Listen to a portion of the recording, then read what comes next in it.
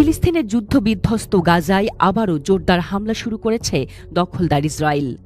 সোমবার ভোরে গাজা উপত্যকার দক্ষিণাঞ্চলে অবস্থিত খান ইউনিসে ৪০টিরও বেশি বিমান হামলা চালিয়েছে ইসরায়েলি যুদ্ধবিমান। এছাড়া সোমবার সকাল থেকে ইসরায়েলি বোমাবর্ষণে নিহত হয়েছেন ১৬০ জনের বেশি ফিলিস্তিনি। সামরিক বিশেষজ্ঞ হানি আল দালি জানান, ইসরায়েলের লক্ষ্য ছিল প্রতিরোধ নেতা আহমদ সেরহানকে আটক করা। পরে ইসরায়েলি বাহিনীর সঙ্গে সংঘর্ষে নিহত হন আহমেদ সেরহান। লেবানন ভিত্তিক সংবাদ মাধ্যম আল মায়াদিন জানিয়েছে, ব্যাপক বোমাবর্ষণ করে আবাসিক এলাকা ধ্বংস করেছে ইসরায়েলি বাহিনী, যদিও ইসরায়েলের কথিত উদ্দেশ্য অর্জিত হয়নি বলে জানিয়েছে সংবাদ মাধ্যমটি।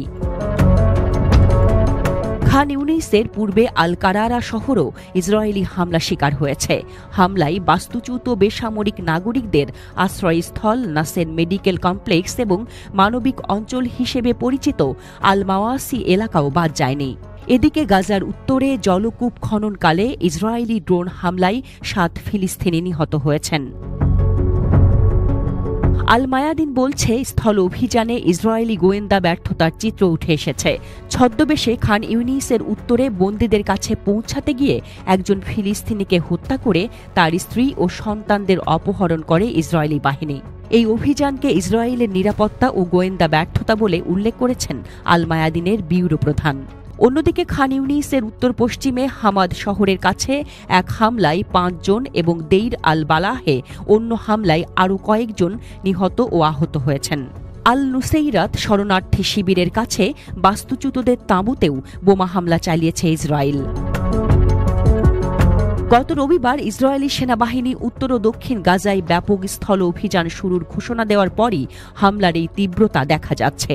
এ হামলাকে অপারেশন গাইডিওনের অংশ বলে উল্লেখ করেছেন ইসরায়েলি সেনাবাহিনীর মুখপাত্র।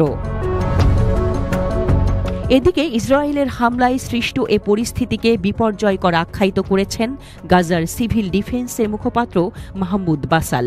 তিনি জানান, উত্তরে হামলা বেশি হচ্ছে এবং বাস্তুচ্যুতদের লক্ষ্য করে ড্রোন হামলা চালাচ্ছে ইসরায়েল।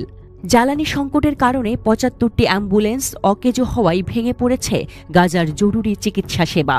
গাজার মানুষ তীব্র খাদ্যের অভাবে দিন কাটাচ্ছে বলেও জানান তিনি। ইসরায়েলের বিরুদ্ধে যুদ্ধে প্রতিরোধ নেতা সেরহান নিহত হওয়ায় শোক জানিয়েছে ফিলিস্তিনি প্রতিরোধ কমিটির সামরিক শাখা নাসের সালাহ আল দিন ব্রিগেড।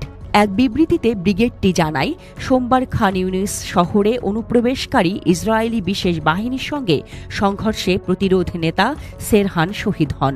সেরহান জায়নবাদী শত্রুদের রাতের ঘুম কেড়ে নিয়েছিল বলেও প্রশংসা করে নাসের সালাহ আল দিন ব্রিগেড।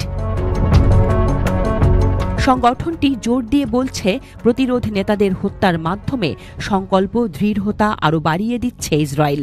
দখলদার জায়নবাদীরা ধ্বংস ও পরাজিত না হওয়া পর্যন্ত প্রতিরোধ চালিয়ে যাওয়ার ঘোষণা দিয়েছে তারা।